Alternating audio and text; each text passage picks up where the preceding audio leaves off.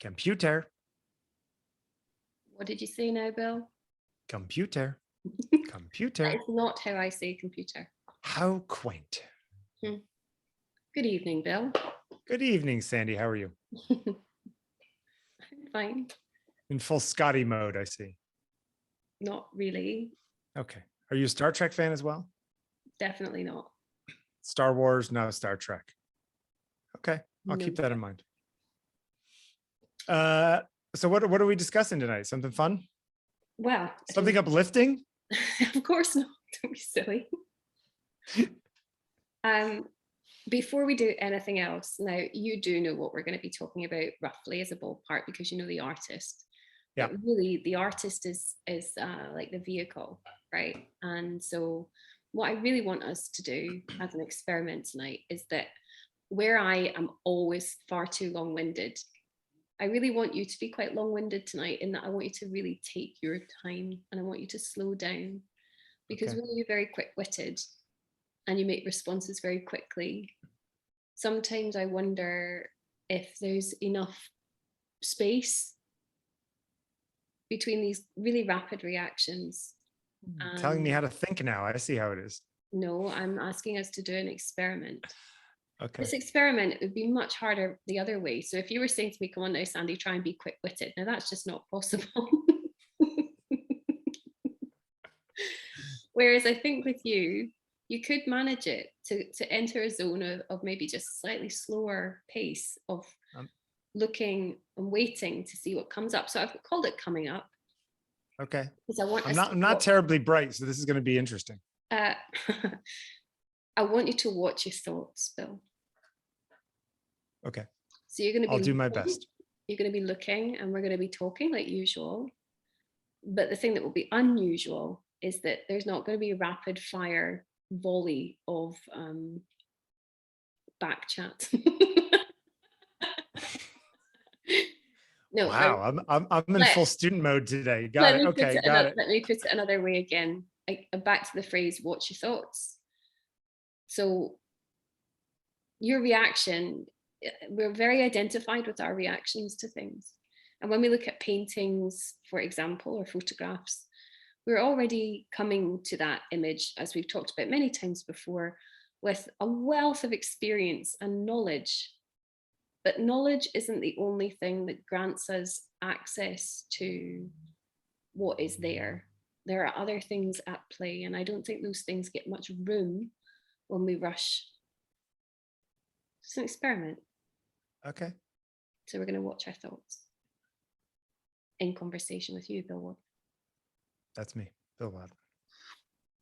Okay. So all the images we're going to look at this evening are by Walter Sickert. And we're starting with NUI from 1914. And as a painting, this is the large version. This is the very big canvas. And there were 5 different versions of this. The smallest of which I think was completed in about maybe 1917. There's some debating. But as he went through the versions, he became maybe a bit more elaborate whilst the size of the canvas decreased. So there's lots in this. And I wonder what you bring to it. How do you meet this, Bill? It's funny. When I look at this and I look at the room and the furniture in it and what they're wearing, it feels like the beginning of modernity to some extent. Mm-hmm. Like it feels like I could imagine being in that room and it was somebody's house and they just hadn't ever, remodeled in 100 years. I can imagine those people.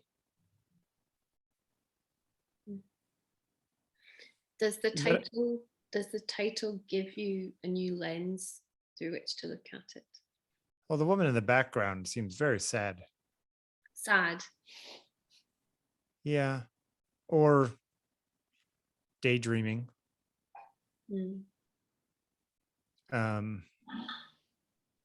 Bored. Bored. Yeah. Is that one of those like dioramas with butterflies in it? Is that one of those things? I can Like see those that. bells, you know? Yep. Or a board. It's I'm thinking now from what you said, the thing that comes up for me is thinking about butterflies pinned to the page or pinned in the box. yeah, Or pinned in their lives, maybe. it's interesting. I mean, to the modernity point, it's sort of, and this isn't necessarily anything about what's going on in it, except I don't know, I can imagine some sort of view of, okay, look, we have all this, we have it all now, we're comfortable. Now what? Now what? Yeah. It's also 1914, so it's like the end of the Edwardian period before World War One really slams, right? This is the height of the British Empire. Just at the cusp going into war. Yeah, this is when people think that everything's just going to go along hunky-dory forever with England on top.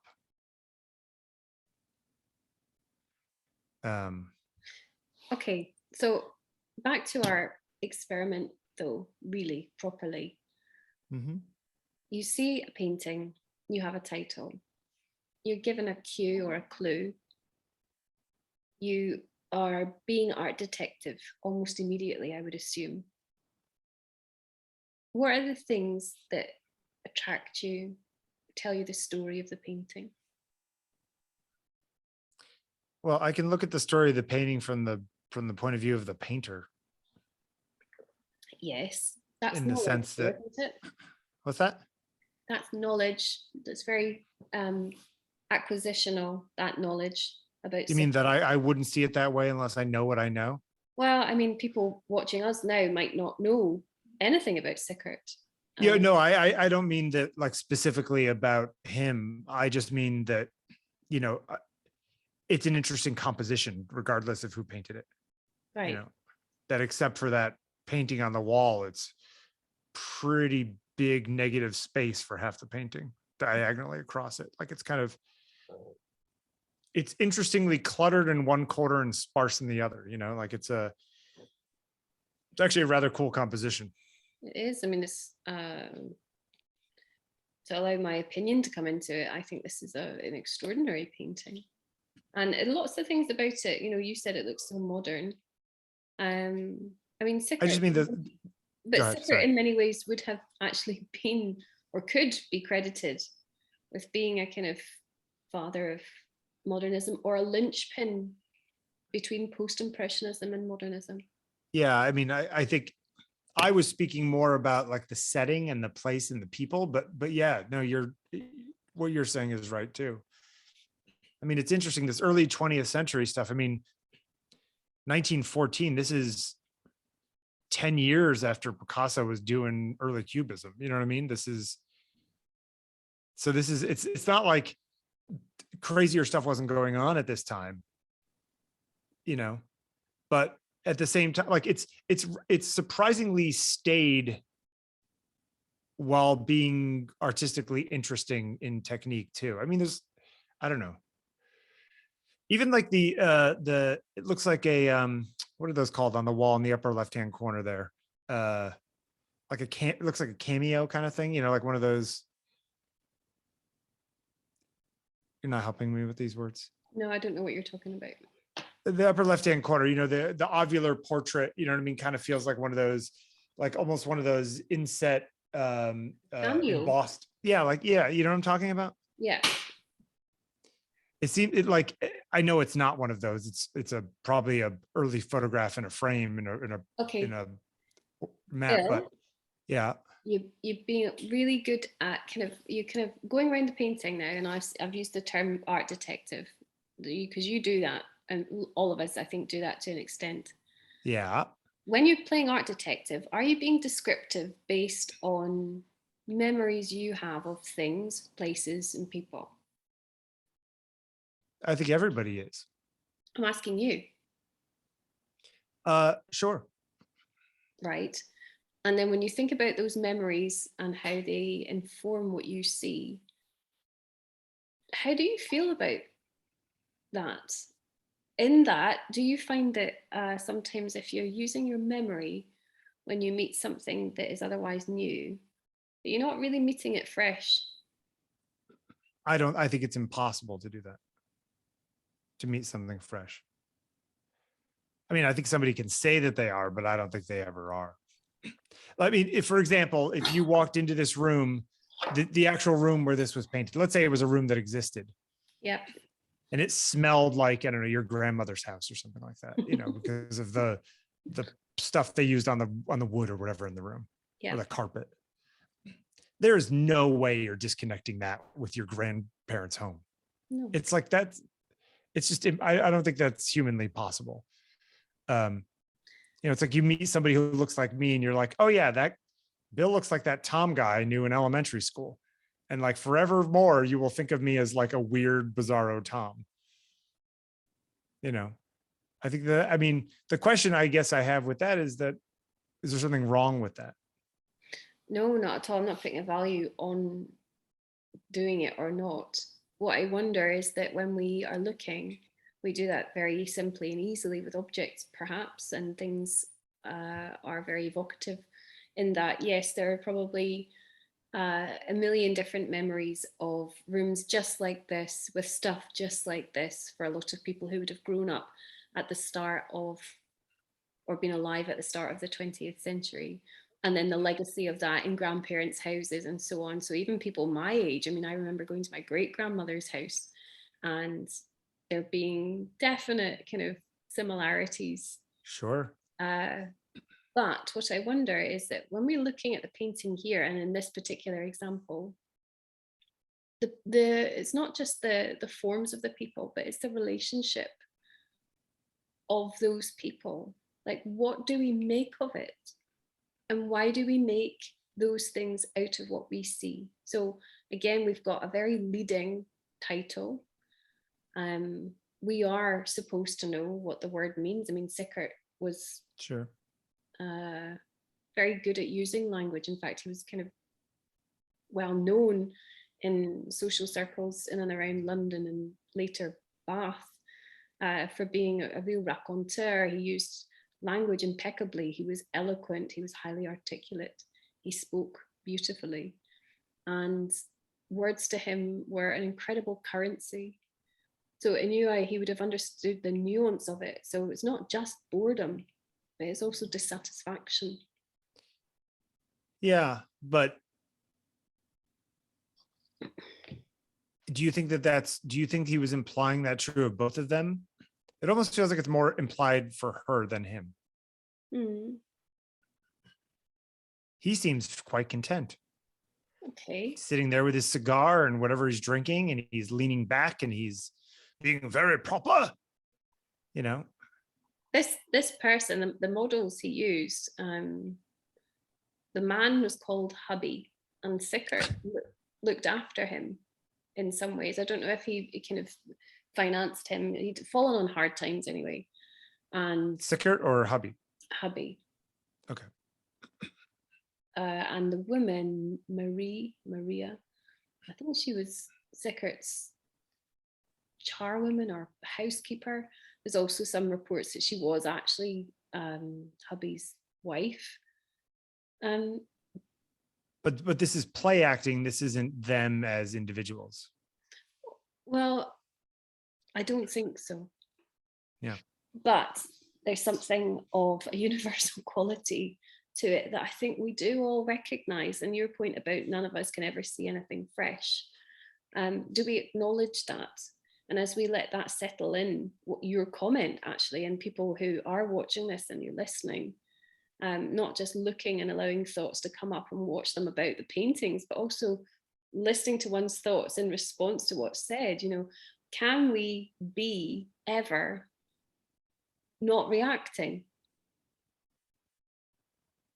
Can we ever be in a state where we can somehow communicate, but without reaction? Because that's very odd, isn't it? To communicate with no reaction. Communication implies that there's a back and forth, maybe for some people. There's that kind of implicit sense that communication isn't just a giver and a receiver, it's a giver, a receiver gives back. Sure. Um, But I think that with both sides, there's a, I don't know, cloud of bias, right? Like there's a filter that each of us have, which is made up of our worldview and the things we've seen and our experiences and our justifications for different views and things like that, right? I mean, so I mean, our by the way, thoughts are taking us places, aren't they? You know, lots of people looking at this, as we've already said, will have been taken back to a grandparent's house. Yeah. Maybe. Some of us will have been transported to scenes from movies, at the very least. Others might be making connections with people who look like hubby, or Sure. women they know whose gait is the same as Marie's.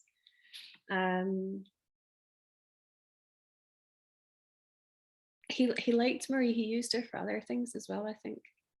I can't remember how he described it. I wrote it down somewhere, but not here, unfortunately. He wrote something like, I enjoy painting her substantial gait or something. Isn't it interesting though? I always find it interesting when artists work with particular models, and it's not necessarily about them being particularly good looking or anything. It's just like somebody who feels they fit your aesthetic in some way, or your interest in some way. Well, I mean, again, we're watching our thoughts. We're thinking of Sickert, and again, people watching us talking about Sickert might not know about Sickert. And I think what would be interesting to do would be to very slowly reveal things about Sickert. It's kind of like the big reveal is ruined if we know too much already, and this is always a problem. And I don't mean by any stretch that I know everything there is to know about art from the 20th century, but I do know quite a lot. And at times I wonder, I kind of wish that I didn't already know things, so I was still in that mode of discovery. And then when I really think about that, I think I am still in a mode of discovery. You know, even about things I think I know a lot about. Well, I mean, that goes back to the whole, you know, even just remembering a memory changes the memory kind of thing. I mean, even if you're decided on some fact or opinion, even revealing or thinking about that opinion is going to change it all in often subtle ways. This one is really roughed out, isn't it? Yes. Now, Le Lit de Cuivre translates very loosely as copper bed or copper bed frame, I thought, or something like that, or otherwise known as reclining nude. So this is the kind of painting that you would see, and I would know that this was a Sickert painting.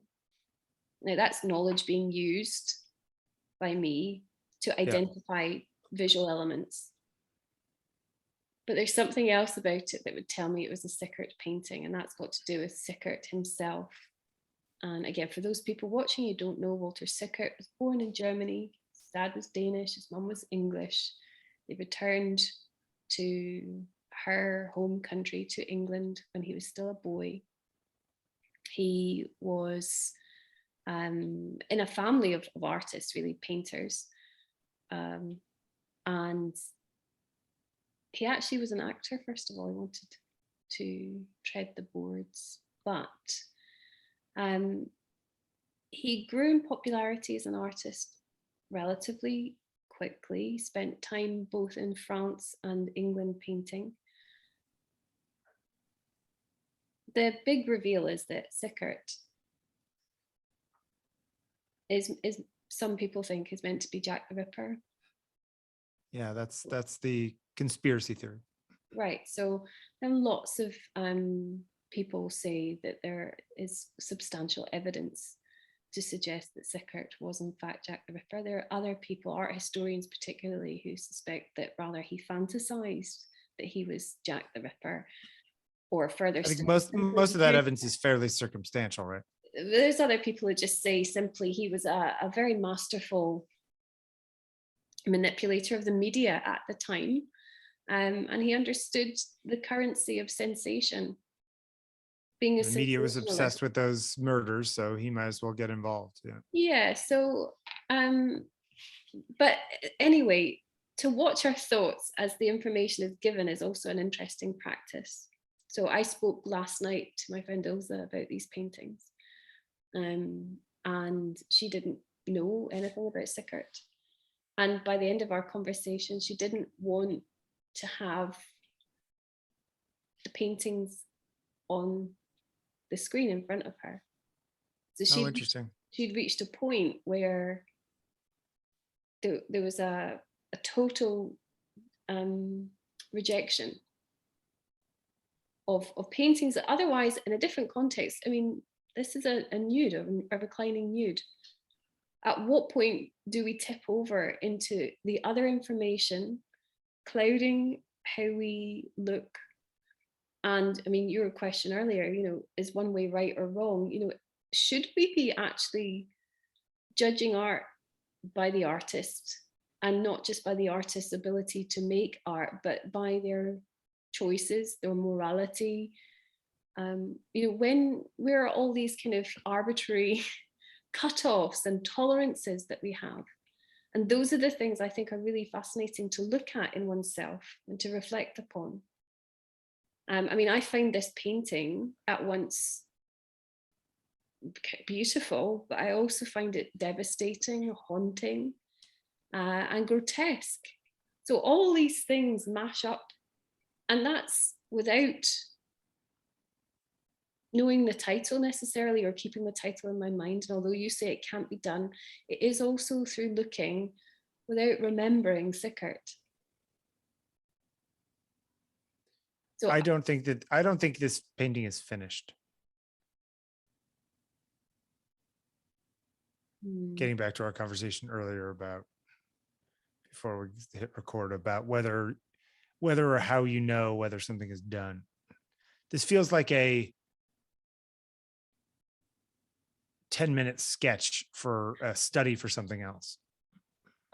Don't forget though, that this is a kind of champion of that linchpin, as we said before, between something that was post-impressionism really, No, I understand. modernism, right? Mm-hmm. So if we think about painting and the other people who would have been painting at a similar time, I don't think this painting style is incomplete. I think this is masterful. And actually interesting to note, I said before about Sickert's use of language. Sickert was obsessed with things being highly skillful. His use of language, for example, I was described as being precise and skillful. And I think the same is true, funnily enough, of his painting. So somebody looking at this will say, well, that's not precision, that's a mess. No, I think if we look at the actual application of paint and the color, we're seeing somebody who understands form really beautifully. Now, watching my thoughts and bringing in what I know about Sickert, what I've just said about him maybe being Jack the Ripper, when we think about his understanding of form, do I allow the lens to cloud down that says that his deep understanding of particularly female form was because he really knew it as meat? He understood it in all its kind of visceral grimness. It's kind of... Or he could have just been a creepy guy who liked to look at women. Or a non-creepy guy who liked to look at women. Well, there are many of them, of course. Sure. And there he is. This is, I think, 19... Looks like the Ripper to me. Well, what again, year were I did an experiment with this already. I showed this to a group of people, and I had done very similar to what I've just done with you. We looked at anyway, and then we looked at reclining nude, and I'd done the big reveal about Jack the Ripper, and then we all looked at this, and people were saying, "Oh, he's got demonic eyes." Sure. They're And reading into it. but then I said, how do you know this isn't just a photograph of my great grandfather? See, what you should have done is actually put in a picture of your great grandfather and said, see, I told you it was Sickert, but it's actually my great grandfather. Well, Maybe your great grandfather was Jack the Ripper. maybe. But isn't it interesting what our mind does in terms of how we look, what we see, how quick it is to make these decisions? What years were the actual Ripper murders? 1880s? When was that? No, I think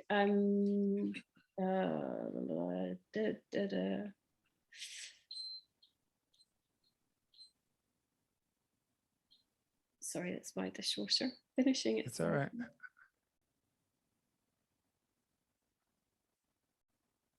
I wrote it down because the It was like 1884, 1887, somewhere around there. No, it's later. Is it? I might be wrong, but I think the body of the first, well, yeah, late 19th century, the Ripper terrorized Whitechapel. Yeah. 1888.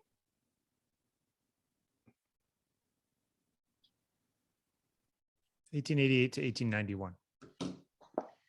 I mean, he was born in 1860. He went to Dieppe in France and was there, I think, for about 10 years. That doesn't mean he didn't come back and forth. And he certainly, well, for all sorts of reasons, chose to operate in studios around quite kind of impoverished areas in London. Well, cheap studio space. Yeah. He also really, really loved painting the kind of urban, gritty life as it sort of really was. Now, in England at the time, that was actually quite an unusual practice. Don't forget, counterparts in France, in Degas and even Lautrec, for example, they were looking at the seedy underbelly of Paris and nobody really batted an eyelid. Whereas come to London and do it. And it was, again, this idea of being sensationalist. And people were quite, if not dismissive of it, because, I mean, he was still very successful. Nonetheless, they did kind of complain about this look at the underbelly, the seediness.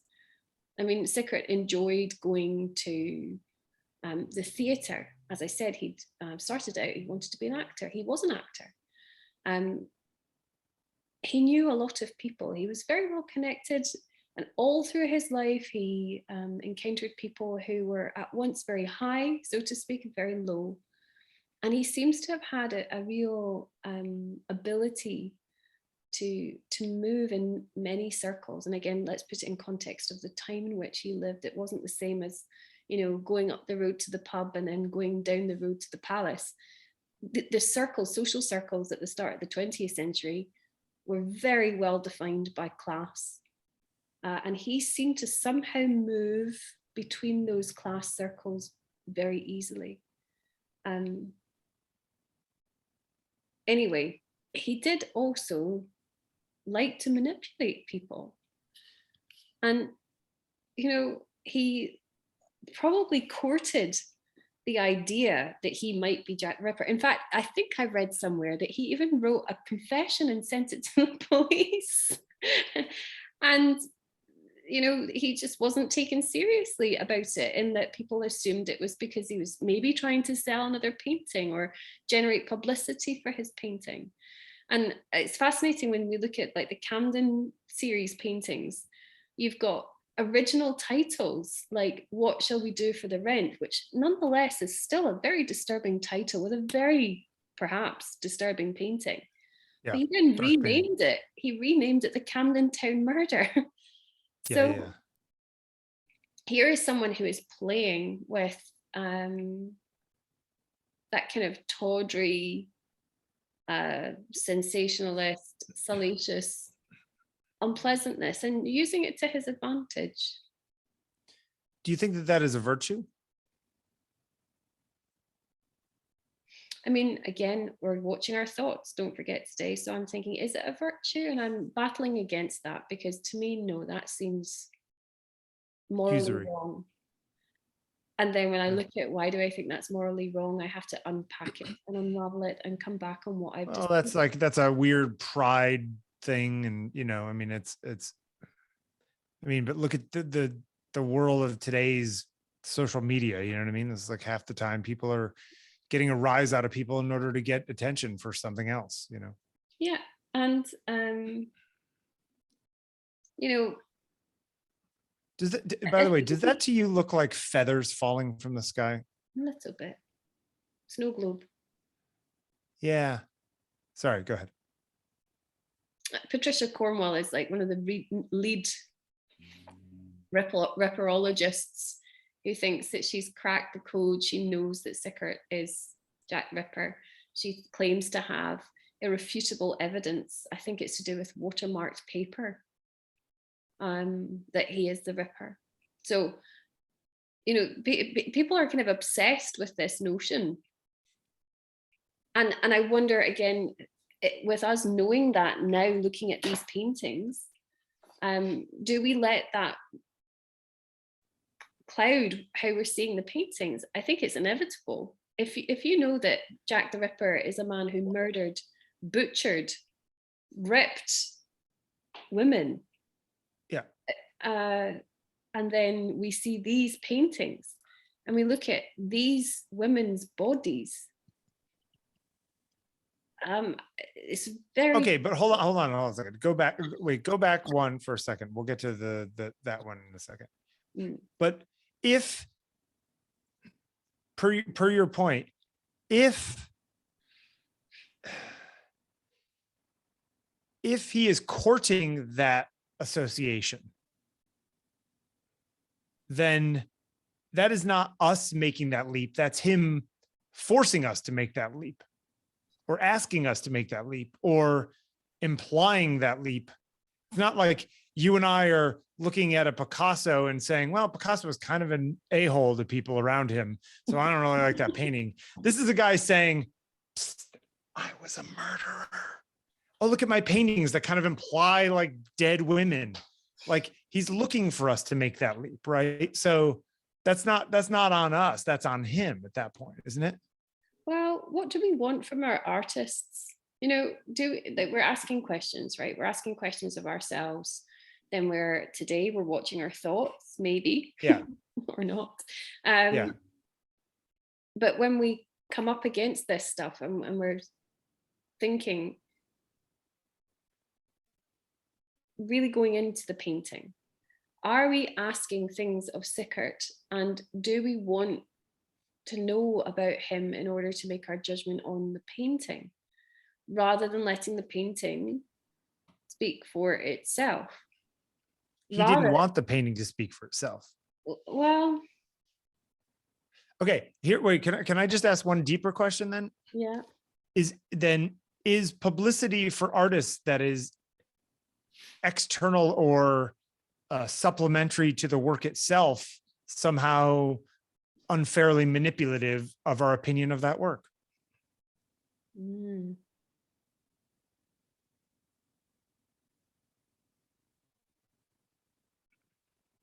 It's a really good question. I mean, modern artists, as you know, many of whom I mean, half of it's about the stuff surrounding the work, it's the buzz, it's the press, it's the maybe I have a very,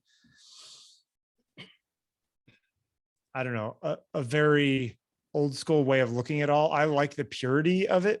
And it's part of the reason why I feel weird even not talking about my own work, but selling my own work sometimes, to the world. But some people, I think they just see that as like, that's part of the job, is weaving these stories, even if they are fanciful, or they're, how many artists do we know is just like, oh, he actually grew up in this crappy little French town on a farm, but the story is that he's the illegitimate child of some, whatever it is, because that's a better story for his bio, right? It happens all the time. If Sickert is doing this, is he like the first social media champion? Well, maybe. I do think it's an interesting question to ask, though. In the time of cancel culture, we talked about Freud last week. I'm so surprised that Freud hasn't been cancelled many times over. Yeah, I think his revolution in psychology is too strong to be canceled and independent of him. Sigmund. I know, I was just kidding. Jeez, I made the joke last time. You didn't go with me on that one. You but didn't yes, make a joke last time. You didn't know what I was talking about, Bill. I know, but I made the joke about him. Yeah, I mean, you're right. That is the modern. If he was alive today, he would. So Sickert, do we cancel Sickert? No. Okay. We can ignore all of that stuff and just look at the art on its own merits, I guess. Okay, right. So you liked that first painting. Yes, I like all of these paintings. Right, regardless of who painted them. Does all of the other stuff that overarches them take away or add to your view of those paintings? Well, that's what I look at in myself when I stay with them. And that's the other thing I want to encourage. I'm sure I've said about this before, but we are so quick to dismiss what we've seen. So we're quick to come to a conclusion. We make a snap decision, and we think that that is it. We're righteous in our decision. True. There is not a decision to be made, actually. Perhaps rather what we should do or could do is stay for longer with, let's say, the painting and allow it to reveal itself to us. Now, I'm not just talking gobbledygook, and I'm not being obscure. We live in a culture where things are just moving so quickly, where unfortunately we've allowed that to bleed into every aspect of what we engage with, even if it's not a fast-paced thing. Yep. And I think to give these kinds of paintings a bit more time to stay with them is a really good practice. It's a good practice for virtually everything, actually, to just stay with something longer without trying to barge our way past it, through it, to get beyond it, with no intention, without entering into the race of it, simply being with it, watching what is happening as it unfolds. And again, some people listening will think, oh, of course it's not going to unfold anything. It's a painting. It's not alive. Quit unfolding stuff. Okay, let me ask you a question. Do you think that let me rephrase that. I think that there are, even if you look at this and you say, I'm going to come to these paintings as blank, as clearly as I can, without any sort of preconceptions. And you come to the decision that you like the painting for whatever reasons you come up with. I bet you in today's world, there are people, if you then said, oh, I really like these Walter Sickert paintings, that people would say, I don't care. You can't like those. Whether he did the deed or not, the fact that he was trading in the deed in order to whatever it is, sullies these things in such a way that you're not allowed to look at them without all of the baggage. Well, I don't personally agree with that, but I think that there is a chunk of society who would agree with that. So do we care about the artist more than we care about the art? I tend to be one who separates the two. Can you separate an artist from their art? Well, you're saying yes, of course, but really, let's think about it. Do I still listen to Michael Jackson Thriller? Yes. Right. Is it really great? Yeah, it's amazing. Does that change how, if Michael Jackson did or did not mess around with kids? You know, like I don't, that to me is separate from whether or not Thriller is an amazing album. It's a But very divisive topic. you're saying, yeah, I mean, there are people who would totally disagree with me, but sure. Yes, so I do wonder about it. I wonder now that, you know, again, as I said, we've been through the big reveal, Walter Sickert, and maybe Jack the Ripper. Do we look at these paintings and are we repulsed by them because we're repulsed by them, because there's something inherently gruesome or grotesque about them? Or are we operating only in knowledge? You know, where are we watching to see what's there? Like, what is there? I mean, if you've seen the photographs from the Ripper murder photographs that exist, some of these are weirdly trading on a lot of that imagery. Yeah. I guess you're also, it's a question of, if some artist, let's say that people thought that some other artist of the era was that person, but you could never tell any of that from their work. They were just, you know, painting landscapes all day long. Is it different that often Sickert was painting paintings within the realm of the thing that he was so controversial for? You know what I'm saying? Well, this is obviously totally different context maybe, but Yeah. I'm thinking about someone like Don McCullin. And Don McCullin is known as a war photographer, no matter how frustrating he finds that. But the thing he loves to do now as a much older person is he loves to go out and photograph the Somerset Levels, the landscape around his home. Because he's done his time doing the thing that he, you know. Hang on. When we then look at those photographs by Sir Don McCullin,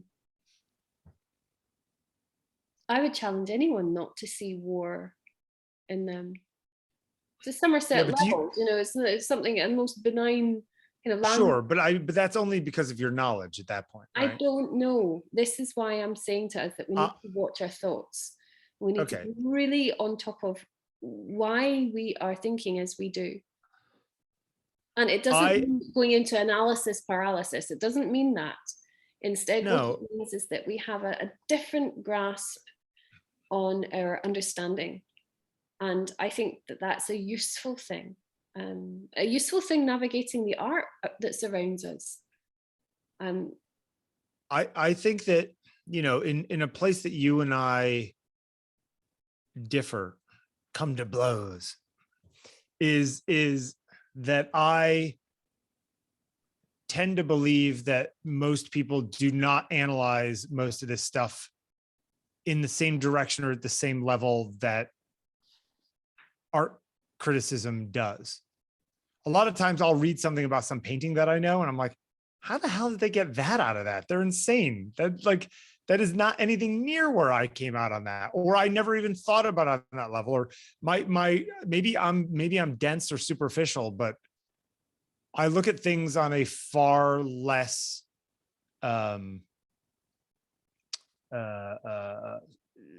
you know, stratified construction. You know what I mean? I am very much of the opinion that things aren't built to complexity. I think complexity emerges from quality, you know? But so in a sense, I guess what I'm saying is that I think if you showed all of these paintings to somebody and never told them, you know, the big reveal, I don't know that they would think anything about all any of that stuff. They just think these are weird paintings from the early 20th century. Okay, but I mean, the other thing is that we don't just have to have the information about Jack the Ripper, do we? I mean, I think Sickert was in America for a while too. Didn't he go to America? I don't know. I thought for something that, like, at the end of the Ripper murders, he had moved to America for a while, but I might be wrong. We might have done.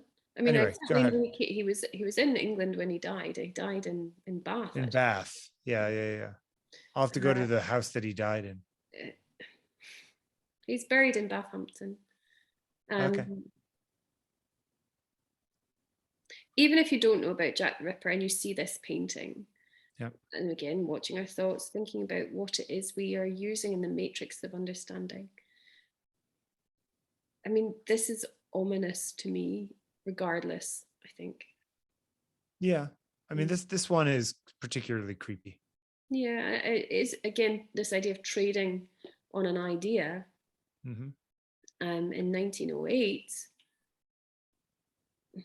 L'Affaire de Camden Town. By the way, he was multilingual. He was very clever. He spoke funny. French fluently. I mean, he was just really very, very smart. He loved interjecting these little kind of linguistic nuances into his titles. I don't know enough about him. Was he monetarily successful? Yeah, I think he was. Yeah. Okay.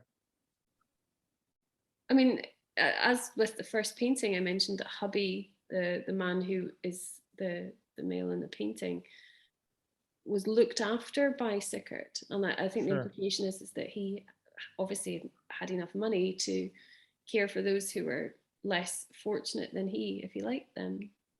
Yeah. He worked his way through 3 wives. I think the second wife died. I don't know what happened to the first wife. And actually later, people were quite snidey about Sickert because he started to use photographs a lot, and he would actually grid up his canvases and take photographs and then work from photographs. And I was reading only the other day about him being kind of like a precursor to what we would think of as more contemporary painters, the now deceased Chuck Close, for example. Sure. Or others who, take the photographic image and work with it in a very projector precise grider. way. Yeah. But also his third wife, who outlived him, and his team of assistants were responsible for a lot of his later paintings. It also, I mean, a lot of his early work that I've seen, if I recall, was obviously based on the period, like less impressionistic, right? Like more finely tuned.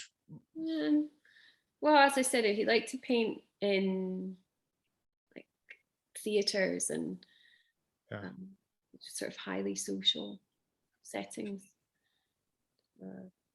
Is there one more slide? Because I thought I remembered. Well, that's just weird and creepy. So, Jack the Ripper's bedroom, that's his bedroom.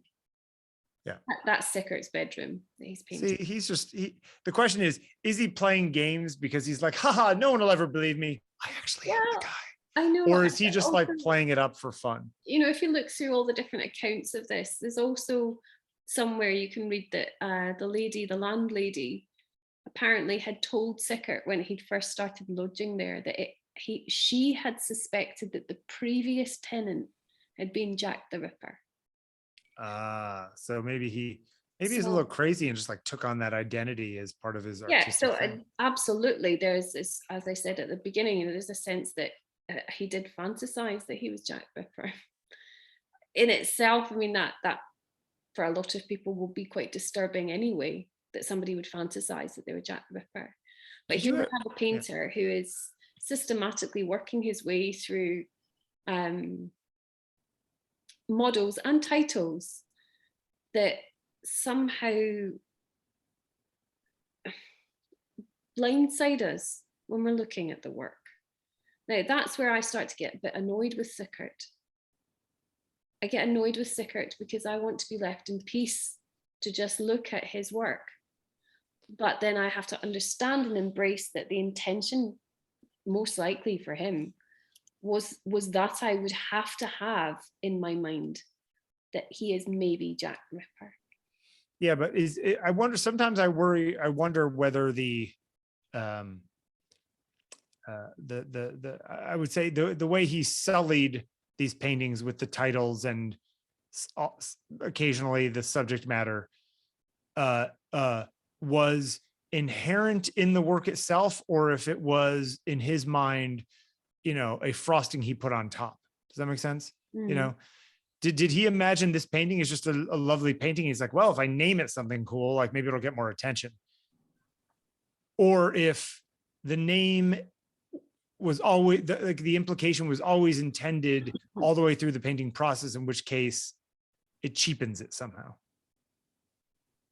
I don't know. I mean, I don't think, in the case of this one, just to finish thinking about titles and what they do to us when we're thinking, the first title, What Shall We Do for the Rent? That is so relatively prescriptive, actually. Yeah. We're looking at a man hanging his head, asking a wife probably to prostitute herself so they can stay in their home. Yeah. All those implications come out in that title. It's already giving a lot to a viewer in 1908. What shall we do for the rent? And this painting, that's gonna, and again, in context, certainly in London, in Paris, this kind of thing, to hell with it. And Paris was Paris, but in London, this was not a normal practice, regardless of what the previous century had seen in terms of, we've talked before about Lizzie Sedal and pre-Raphaelites and all their antics in real life.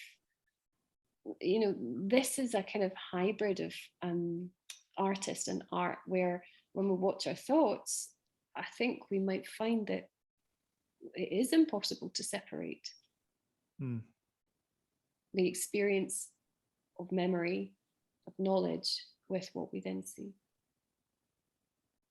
My vote is for yes, it's impossible. Bill, did you watch your thoughts? I tried really hard. So did I pass the class, Ms. Robertson? I'm not sure. I might have to ask a colleague to moderate. All right. Thanks, Bill. Thank you, Sandi.